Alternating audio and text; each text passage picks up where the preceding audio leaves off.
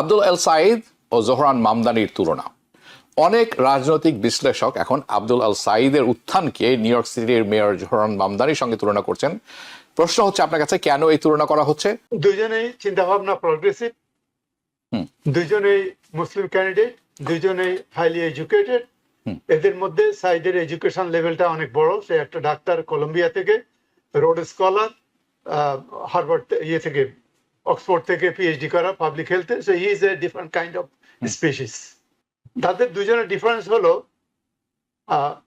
আমাদের mayor Mamdani is a declared democratic socialist of আমেরিকার সদস্য। Right. Al Said isn't. He declared, he said he's not a socialist. But their message is similar. মিশিগানের democratic প্রাইমারিতে এই doctor Abdul El Saeed দলের প্রতিষ্ঠিত নেতাদের সমর্থিত প্রার্থীকে পরাজিত করেছেন। এটি কি ডেমোক্রেট ভোটারদের মানসিক পরিবর্তনের ইঙ্গিত দিচ্ছে? বিগেস্ট চ্যালেঞ্জ এল সাইদের জন্য এই যারা এখন পর্যন্ত কমিটেড নন তাদেরকে কনভিন্স করে। এবং যদি তিনি বলে থাকেন Chuck Schumer, I don't like you, that's a huge mistake, because he needs Chuck Schumer and everybody else. Not only Chuck Schumer, he needs everybody else to be on his side. Abdul El Sayed ও জোহরান মামদানির তুলনা। অনেক রাজনৈতিক বিশ্লেষক এখন Abdul Al সাইদের উত্থানকে New York সিটির মেয়র জোহরান মামদানির সঙ্গে তুলনা করছেন। প্রশ্ন হচ্ছে আপনার কাছে, কেন এই তুলনা করা হচ্ছে? তারা কি ডেমোক্রেটিক পার্টির নতুন রাজনৈতিক ধারার প্রতিনিধিত্ব করছেন, আশার আলো দেখাচ্ছেন? কেন? দুইজনেই চিন্তা ভাবনা প্রগ্রেসিভ, দুইজনেই মুসলিম ক্যান্ডিডেট, দুইজনেই হাইলি এডুকেটেড। এদের মধ্যে সাইদের এডুকেশন লেভেলটা অনেক বড়। সে একটা ডাক্তার, কলম্বিয়া থেকে, রোড স্কলার, হার্ভার্ড থেকে, অক্সফোর্ড থেকে পিএইচডি করা পাবলিক হেলথে। So he is a different kind of species, a very high talented guy, and he speaks very well as Mamdani speaks too. তাদের দুজনের ডিফারেন্স হলো, আমাদের mayor Mamdani is a declared democratic socialist of আমেরিকার সদস্য। Right. Al Said isn't. He declared, he said he's not a socialist. But their message is similar. Message is same, right? Medicare for all, housing, don't spend our taxpayer for foreign war or support foreign people, spend money here. জি। এখন বলি, এই যে election যখন আসবে final, যেটা বললেন এটা করবে। ট্রাম্প তো বলতেছে কমিউনিস্ট, হ্যাঁ, অল ননসেন্স যে বলতেছে, তার ননসেন্স গুলো আছে সেগুলো তারা বিশ্বাস করে। তারপরে বলতেছে শরিয়া ল, এর কিছুই নাই। এখন কথা হলো যে এই জিনিসগুলো তো এছাড়া তো ভালো কিছু বলার নাই। রাইট। আর সাইডের তো ভালো বলার আছে। তোমার রুটি রুজির ব্যাপার, তোমার বাসস্থানের ব্যাপার, তোমার হেলথ কেয়ারের ব্যাপার, এই জিনিসগুলা যদি ওই লোকগুলা, কম শিক্ষিত লোকগুলা, বেশি শিক্ষিত লোকগুলা বুঝে না, সেটা ঠিক আছে ক্ষমতার জন্য, রাইট? আর আপনি দেখেন আরেকটা কথা আমি এর মধ্যে বলি, এই যে আপনার, এই যে আপনি বললেন যে our black folks, right, didn't vote enough, ভাই বললেন, আর কি ফেরদৌস ভাই বললেন মামদানির ক্ষেত্রেও, এবং আমরা সেটি পুনরাবৃত্তি দেখলাম ডিট্রয়েটে আব্দুল্লাহ আল সাইদের ক্ষেত্রে। ব্ল্যাক সাউথ ক্যারোলাইনার ব্ল্যাক সিনেটর, রাইট, নাম করা, ওনার নাম কি? ওই যে ওবামার সময় যে সময় যে হিলারি ক্লিন্টনকে বার্নি স্যান্ডার্সকে সমর্থন না করে করছিল হিলারি ক্লিন্টনকে, মনে আছে? ওই প্রাইমারিটাই বার্নি স্যান্ডার্সের এগেনস্টে চলে গেছে। উনি আবার ওখানে গিয়া, মিশিগানে গিয়া ক্যাম্পেইন করছে পক্ষে, স্টিভেন্সের পক্ষে। যার জন্য ব্ল্যাক ভোটার্স আর confuse. Those senators, those rich black people, they possibly care less about the poor black people. They have very nice mansion and everything and enjoy the clouds, right? I worked for black people for how many years? 30 years now, right? In an university, in a campus, that 70% is the black kids. So we understand that, right? Yeah. So that's what it is. And final election, I am sure those people will not go. Tara like koruk na koruk, eventually সিনেটটা control করাটা একটা important ব্যাপার। Not important ব্যাপার, the most important ব্যাপার, একটা important ব্যাপার না। কিন্তু আমরা বাংলাদেশে আমাদের উন করতে হবে। মিশিগানের ডেমোক্রেটিক প্রাইমারিতে এই ডক্টর আব্দুল এল সাইদ দলের প্রতিষ্ঠিত নেতাদের সমর্থিত প্রার্থীকে পরাজিত করেছেন। এই কথাটি এই কারণে বলছি, চাক শুমার থেকে শুরু করে অনেক স্ট্যাবলিশমেন্ট যারা আছেন তারা সবাই হেইডি স্টিভেন্সকে সমর্থন করেছিলেন। আজ চাক শুমার কল করেছিলেন আব্দুল আল সাইদকে, অ্যান্ড আব্দুল আল সাইদ তাকে বলেছেন যে I do not like you.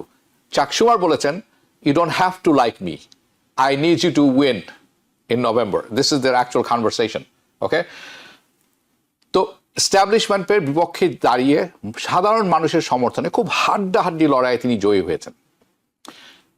দুটি প্রশ্ন থাকবে আপনার কাছে প্রথমেই। একটি হচ্ছে এটির তাৎপর্যটি কি আমাদেরকে একটু বুঝিয়ে বলুন। দ্বিতীয়টি হচ্ছে এই জয়ের প্রধান কারণ কি ছিল, এবং তৃতীয় খুব ইম্পর্টেন্ট একটি গুরুত্বপূর্ণ প্রশ্ন, এটি কি ডেমোক্রেট ভোটারদের মানসিক পরিবর্তনের ইঙ্গিত দিচ্ছে? রবি ভাই লক্ষ্য করে রাখবেন যে এই নির্বাচনে এল সাইদ কিন্তু মাত্র 1400 ভোটে জিতেছেন। কারেক্ট। আমরা ভেবেছিলাম অনেক বড় ব্যবধানে তিনি জিতবেন, হ্যাঁ, জেতেননি। রাইট। আপনি যদি ভোটের প্যাটার্নটা দেখেন, কার ভোটে জিতলেন আলটিমেটলি, আমরা দেখতে পাচ্ছি মূলত তিনি ভোট পেয়েছেন কলেজ এডুকেটেড আরবান ভোটারসদের। সবচেয়ে বেশি ভোট 70% তিনি ভোট পেয়েছেন অ্যান আরবারে ইউনিভার্সিটি ক্যাম্পাস তিনি ভোট পেয়েছেন। নো সারপ্রাইজ দেয়ার। তিনি তিনটি ভোটিং ব্লকসে সবচেয়ে ভালো স্কোর করেছেন। আমি আগে বললাম অ্যান আরবার, ল্যান্সিং এবং গ্র্যান্ড র্যাপিড। কেমন? আর সবচেয়ে বড় যে এলাকাটা ডেট্রয়েট, তিনি ভালো করেননি। ডেট্রয়েটে কিন্তু মূল হচ্ছে অধিকাংশ ভোটারই হচ্ছে কৃষ্ণকায়। হ্যাঁ, তিনি কৃষ্ণকায়দের কনভিন্স করতে ব্যর্থ হয়েছেন। কেমন? আমাদের নিউ ইয়র্কের একই ঘটনা ঘটেছিল। নিউ ইয়র্কেও কিন্তু মামদানিকে আফ্রিকান আমেরিকানরা সেই পরিমাণ সমর্থন করেনি যতটা অন্যরা করেছিল, বিশেষ করে সাদা জুইশ, শিক্ষিত এবং জুইশরাও। কারেক্ট। তারাও সাদাই বলা চলে। বাট এনিওয়ে, তার মানে এল সাইদকে এখনো লম্বা পথ পাড়ি দিতে হবে নভেম্বরের নির্বাচনে, যে কারণে বলা হচ্ছে যে ইজি ইলেক্টেবল। তাকে কথা কেন বলছি আমরা, এই প্রাইমারি নির্বাচনে ভোট দেয় সবচেয়ে কমিউনিটির, আমরা বারবার বলেছি, সবচেয়ে কমিটেড লোকজনরা। তারা ভোট দিয়েছে একটা মুভমেন্টের অংশ হিসেবে। কিন্তু নভেম্বরে তো ভোট সবাই ভোট দেবে, রিপাবলিকানরা ভোট দেবে, ডেমোক্রেটরা ভোট দেবে, যারা ইন্ডিপেন্ডেন্ট তারাও ভোট দেবে। সেখানে তিনি তাকে সবাইকে কনভিন্স করতে পারবেন? পরে বিগেস্ট চ্যালেঞ্জ এল সাইদের জন্য এই যারা এখন পর্যন্ত কমিটেড নন তাদেরকে কনভিন্স করে। এবং অলরেডি একটা মিস্টেক তিনি করে ফেলেছেন। আপনি যে কথা, আমি পুরো রিপোর্টটা পড়িনি, যদি তিনি বলে থাকেন Chuck Schumer I don't like you, that's a huge mistake, because he needs Chuck Schumer and everybody else. Not only Chuck Schumer, he needs everybody else to be on his side. He needs money, he needs volunteers, he needs political campaigners. আমরা একটু আগে আপনি শুরুতেই বলেছেন যে already দেখতে পাচ্ছি আমরা যে এই এল সাইদের বিজয়ের বিপক্ষে, শুধু এল সাইদ না, বামপন্থীদের এই বিজয়কে থামানোর জন্য ডেমোক্রেটিক পার্টির ভেতরেই আন্দোলন উঠেছে, এদের থামাতে হবে। আমি দেখতে পাচ্ছি স্ক্রিনে আপনি দেখাচ্ছেন এই প্যাককে। এই প্যাক বলেছে এল সাইদকে হারানোর জন্য তারা আরো বেশি টাকা খরচ করবে। আপনি ভাবুন, এই নির্বাচনে এই প্যাক এল সাইদের পক্ষে প্রায় $35 মিলিয়ন খরচ করে, সবের $70 মিলিয়ন খরচ হয়েছে স্টিভেন্সের পক্ষে। তার মধ্যে $35 মিলিয়ন এসছে এই প্যাক থেকে। একজন কমেন্টেটর বলছেন, imagine a PAC spending not 35 but $50 million. Right. Had APAC spent $50 million, তাহলে ফলাফলটা কি দাঁড়াতো? এই মাত্র 1400 ভোটের ব্যবধান হয়তোবা তিনি ওভারকাম করতে পারতেন। আমি হেলি স্টিভেন্সের কথা বলছি, মানে it was not impossible to beat El Sayed. একই রিয়ালিটিটা বর্তমান থাকবে নভেম্বরে। আমি শেষ করছি কথাটা। ইতিমধ্যে দেখতে পাচ্ছি আমরা যে ডেমোক্রেটিক পার্টির মধ্যে থার্ড ওয়ে বলে মুভমেন্ট আছে। It's a pretty powerful influential group within the democratic party. তারা অলরেডি বলেছে, তারা অলরেডি $14 মিলিয়ন অ্যালোকেট করেছে to beat people like El Said, left so-called left beat করবার জন্য।